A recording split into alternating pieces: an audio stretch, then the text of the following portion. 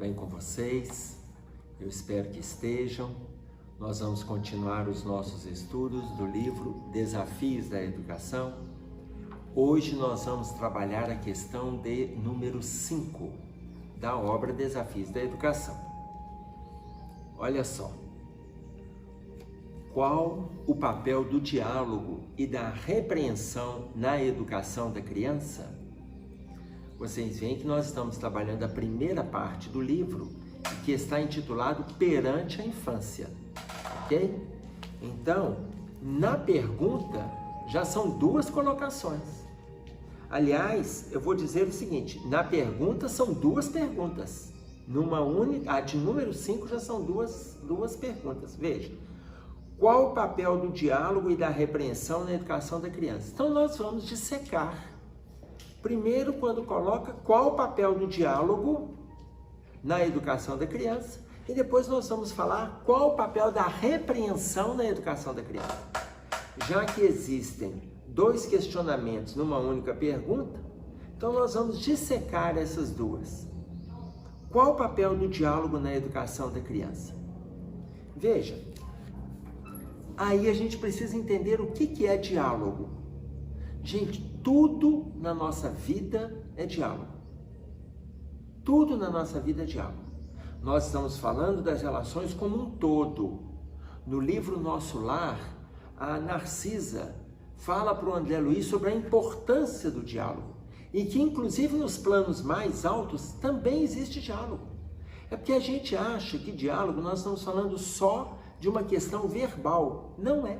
O diálogo ele pode ser verbal, como ele pode ser mental. Então existe este diálogo, existe esse diálogo. Nos planos mais evoluídos, existem diálogos mentais. Nos planos que vão se aproximando da gente, são os diálogos verbais. Não existem também os diálogos gestuais? Basta nós observarmos a linguagem de Libras. Hoje, com o advento da máscara, nós estamos tendo que entender o olhar, porque é outro perfil de diálogo. Então, o diálogo alicerça todas as relações do plano físico e do plano dos espíritos. Ou ele é verbal, ou ele é mental, ou ele é gestual, ou ele é visual. Tudo nas nossas relações chama-se diálogo. Mas olha a pergunta. Qual o papel do diálogo na educação da criança? E aí, o Camilo, ele faz uma colocação muito interessante sobre algo que nós, a nossa educação, não conseguimos entender isso com facilidade quando éramos criança. Talvez até por causa da postura que os nossos pais tiveram para conosco. Vocês vão entender essa diferença, como que nós estamos estabelecendo aqui, ok? Veja só. Ele coloca assim, o diálogo vai acostumando a criança a apresentar ideias, suas opiniões e concepções. Diante das ideias, opiniões e concepções de outras pessoas, começando com seus pais e familiares. Então, a partir do momento que ela dialoga, ela está manifestando o que ela percebe, o que ela concebe, o que ela elabora. Entenderam isso? Ela percebe, concebe, ou seja, ela assimila e depois ela elabora, ela coloca para fora aquilo que está sendo aprendido, escutado por ela. E aí, vocês vejam, ele está colocando opiniões e concepções de outras pessoas, começando com seus pais e familiares. Aqui já tem uma diferença sobre a nossa educação. Vocês vão lembrar que quando a gente iria colocar o nosso ponto de vista lá com os nossos pais, se eles falavam não podia fazer alguma coisa, a gente perguntava assim, por que eu não posso? Eles respondiam assim, não pode porque eu não quero. E pronto. E aí da gente se perguntasse pela segunda vez. Não pode porque eu não quero. Então a gente tinha que entender que papai não quer, mamãe não quer e está encerrado. Hoje você fala com ele assim, não pode porque eu não quero. Aí ele olha para você e fala assim, mas você não quer por quê? Ou seja, eles precisam ter uma resposta mais elaborada. Mas por que que eles precisam ter respostas mais elaboradas? Porque eles estão vindo do plano espiritual com a consciência mais elaborada, mais ampliada. Eles estão prontos para receber. Então, o ter porquê das situações é importante que eles entendam. Porque os porquês, para tudo, existe um significado. Os porquês significa que existe uma resposta anterior que muitas vezes a gente não quer falar. Então, se o menino fala, vou pegar um exemplo da criança de 3, 4, 5 anos, tudo dela é porquê. Tudo dela é porquê. Por que que... tem um livrinho que chama-se... Não é da Lavra Espírita, não, é um livrinho de historinha, chama-se Marcelo, Marmelo e Martelo. Marcelo, Marmelo e Martelo é um garoto que tudo ele questionava por quê. Só que as respostas, ele não se dava por satisfeito com as respostas. Então ele começou a dar nome nas coisas de conformidade com o entendimento dele. Então, por exemplo, vou pegar um exemplo para vocês. Se vocês depois puderem ler o livrinho, ele é muito rico, são 13 historinhas, eu estou citando um trechinho de uma das histórias. Mas aí ele chega e fala assim, por que que as pessoas falam bom dia? Porque está de dia. Mas o que que demonstra o dia? O sol. Então não tem que ser bom dia, tem que ser bom solário. Aí o menino, ele não cumprimenta mais as pessoas de bom dia, ele fala bom solário. À noite, mas por que que fala noite? Porque já temos a lua. Então não é boa noite, tem que ser bom lunário. E ele passa a cumprimentar as pessoas bom solário, bom lunário. Por que que cachorro chama cachorro se o cachorro late? Então ele não pode chamar cachorro, tem que ser latildo. Por que que fogo é fogo? Se forma a brasa, tem que ser braseiro. E ele vai dando nome para as coisas. Uma casa, é casa? Não, tem que ser moradeiro. Ele inventa os nomes lá que eu não estou lembrado, não, meu cabelo era preto quando eu li.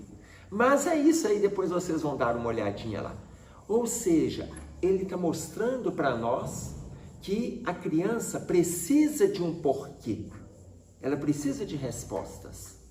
Só que este garoto do Marcelo, Marmelo e Martelo, o Marcelo, ele cria coisas novas, que depois complica a educação dele.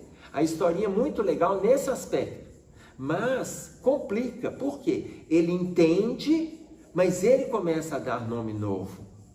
Mas veja, se nós estamos conseguindo fazer com que a criança entenda em cima dos porquês, nós já estamos atingindo um objetivo. Então, se ela pergunta para a gente, por que isto, por que aquilo? A idade crucial dos porquês é a idade dos 4 anos, que na psicologia a gente já chama a idade do porquê. Mas ela vai de 3 a 5, de 3 a 6... Tudo vai perguntando por quê. É a idade que eles criam amigos. É a idade que eles criam amigos. Eles se socializam com os amigos imaginários. Para Piaget, eram amigos imaginários. Mas para nós sabemos que os amigos não são imaginários. Eles muitas vezes estão perguntando porquês, porque também eles estão escutando porquês. Porque veja, eu vou dar um exemplo para vocês. Nós temos aqui uma criança de 0 a 7 anos. De 0 a 7 anos. Ela demora um tempo para chegar no corpo físico.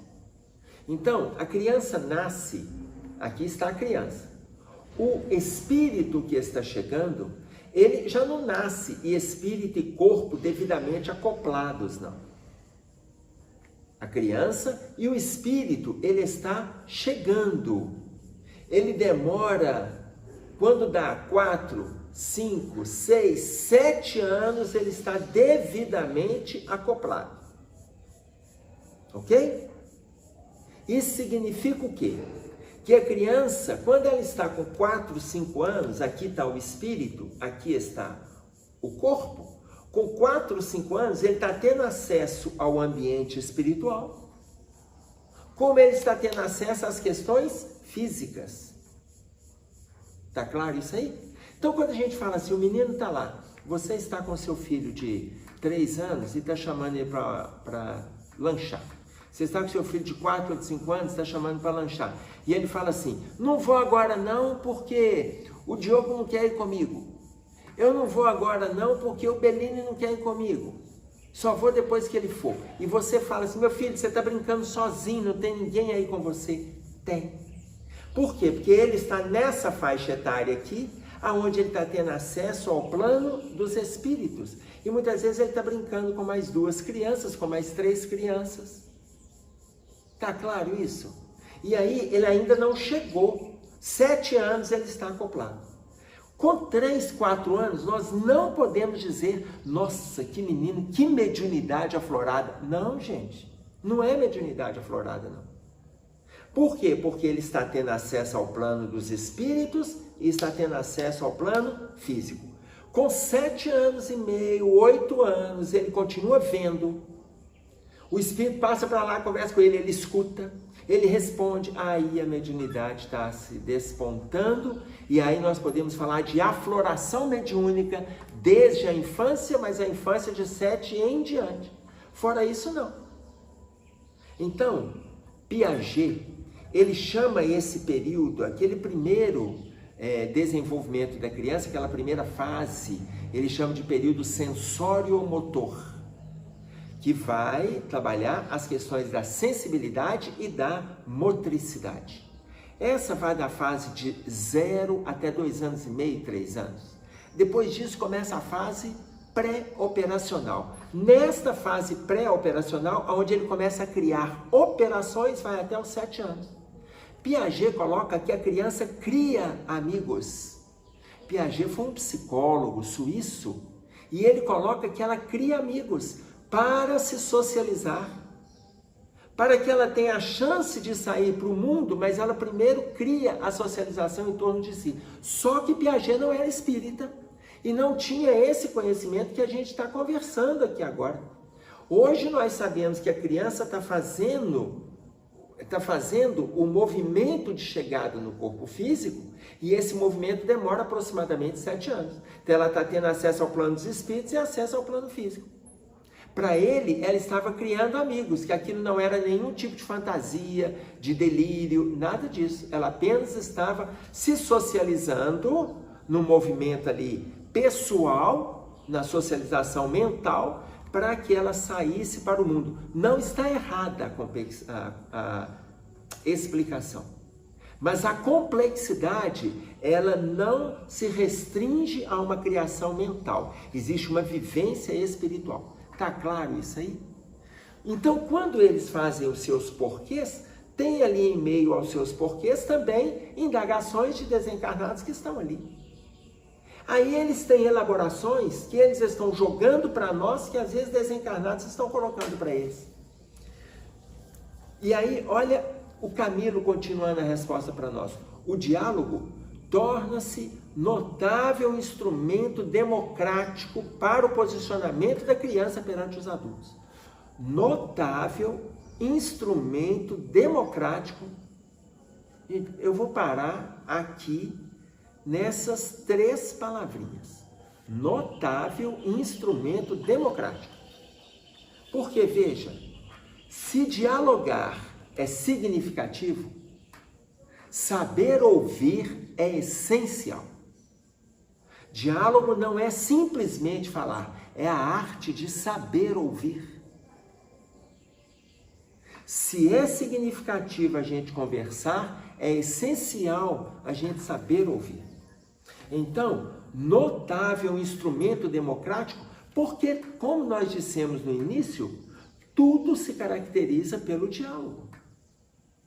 As pessoas estão usando das imposições para atender muitas vezes os seus desejos, as suas demandas, as suas questões pessoais, e não permite que o outro questione, discorde, concorde, acrescente, critique. Nós temos que abrir para tudo. E não existe problema em escutar o outro. E agora eu estou falando uma relação de adultos. Esse tema vai voltar, porque nós vamos discutir a relação de adultos aqui também, trabalhando a questão de casais, de enamorados, de adolescentes, daqui a pouco, no decorrer da obra, do estudo da obra. Mas atentemos-nos para isso. Porque se nós conseguimos fazer isso na fase de adultos, por que não podemos estimular isso nos nossos filhos? Ah, mas qual é a importância de estimular isso para os nossos filhos? Notável instrumento democrático para o posicionamento da criança perante os adultos. Ensina a criança a conversar. Ensina a criança a conversar. Qual o problema? Veja a dificuldade nossa. Porque veja, quando nós ensinamos, ele coloca processo profundamente educativo, impedindo a formação de personalidades caprichosas, que só estão satisfeitas quando podem ditar a última palavra sempre. Ah, mas então por que a gente precisa ensinar? Para que elas se posicionem, a gente se posicione, para que elas possam se contrapor, a gente também possa se contrapor, para que elas apresentem os seus argumentos e a gente apresenta os nossos argumentos. Isto é importante. Isto é importante. Ah, mas e se ela não nos atender? Veja, o discernimento é nosso. A importância do diálogo é para evitar personalidades caprichosas, aonde as demandas delas são todas atendidas.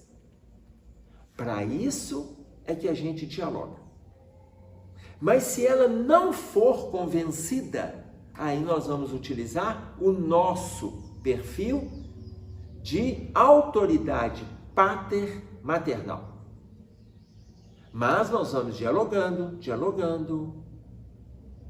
Isso quando ela contesta. Se nós temos segurança na informação, não tem contestação. Se não tem contestação, ok. Ela entendeu, tá feito. Não tem problema algum.